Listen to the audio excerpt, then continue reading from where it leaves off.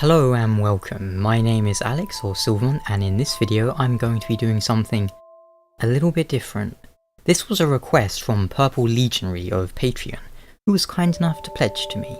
One of the rewards for which is getting a video on a topic of your choice, and for this video we're going to be talking about the ending of Dark Souls 2, in particular what happened after our character sat on the throne, and what happened once those doors closed. Now, considering as of this point in time we have no way of knowing, this video will be largely speculation. I just want to get that out there right away. I'll offer up some possibilities, but by no means am I saying I know what happens. The ending was very open-ended, so I expect everyone has their own theories. So of course, if you have yours, please do share it in the comments below. I read every comment I get, and I try to reply to most of them. That said, let's get started, shall we? After defeating Nashandra, our character is essentially forced to take the throne of Mont. When I say forced, I mean we have no option of simply leaving the area. If you want to complete the game, you will have to take the throne. If you proceed, Nashandra will come after you, knowing that you will take the throne and link the fire. She covets the first flame and the great soul. But why? Why does the Emerald Herald, not to mention Nashandra herself, assume we will link the fire? That is a choice, surely. Our character's motivation. Was it really just to link the fire? Was it not to cure the curse? I can't answer that, only you know your own character's motivation. But it seems that Nashandra and the Herald both assume we will link the fire. So, if Nashandra covets the first flame and the Great Soul, why does she attack us before we activate the throne? Does it mean that by that point we possess the Great Soul and she thinks she can take it from us, being one with the dark, and use it to take the first flame? You who link the fire. You who bear the curse. Once the fire is linked, souls will flourish anew, and all of this will play out again. It is your choice to embrace or renounce this. Great Sovereign, take your throne. What lies ahead, only you can see.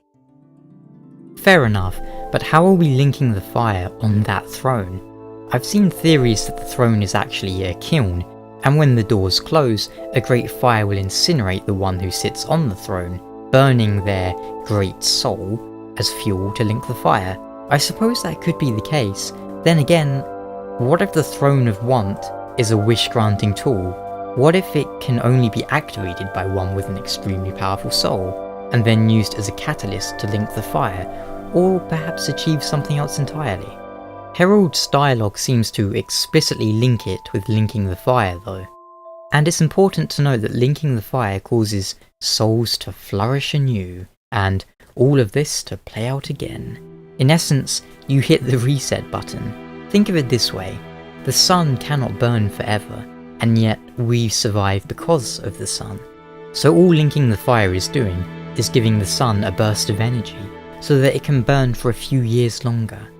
All we are doing is adding fuel to the fire. It is not a permanent solution, because at some point, that fire is going to burn out. Which begs the question, if the Throne of Want does grant such wishes, why couldn't we use it to come up with a permanent solution? Now granted, it seems that Vendrick has been trying to solve the problem of the curse, which in turn makes me wonder, what will happen if we present Vendrick all three crowns from the Sunken Crown trilogy? Is there another ending waiting for us? Maybe. Do you intend to link the fire? Then you must first take the throne. Prove your worth. Find the ancient crowns. So claims Vendrick. But why? We took the throne in the original ending without the crowns. And why do we need to take the throne to link the fire? And why do we need the crowns for that? And what's going to happen when we have all three? So many questions. But hey, maybe it's too much to hope for. But perhaps we'll get a second, true ending to the game once we present Vendrick with all three. Who knows? Maybe we'll team up with Vendrick and together achieve something truly great. After all, I'm sure you know of the theory that Vendrick is a chosen undead. Not our chosen undead, but a chosen undead. And that instead of linking the fire, he chose to sequester himself away, Maybe this was his plan all along, to wait for someone just like us. After all, one chosen undead is a great power by himself, enough to serve as fuel for the fire, or to become the Dark Lord, apparently. But what if two of them worked together? Who knows what they could achieve? That said, in Dark Souls 2 we aren't so much a chosen undead as we are a bearer of the curse. Is there much difference? Probably not, but it's worth noting all the same. We'll have to come back to this topic in a little while, but for now, what do you think? When the doors shut, did you link the fire? How did you link the fire? And one final thing to consider, I mentioned a few months ago how Nishandra resembles Dusk, yes? We know that Nishandra was a fragment of Manus, and that she seems to represent his want and desire. Did he take on a form similar to Dusk because of that desire?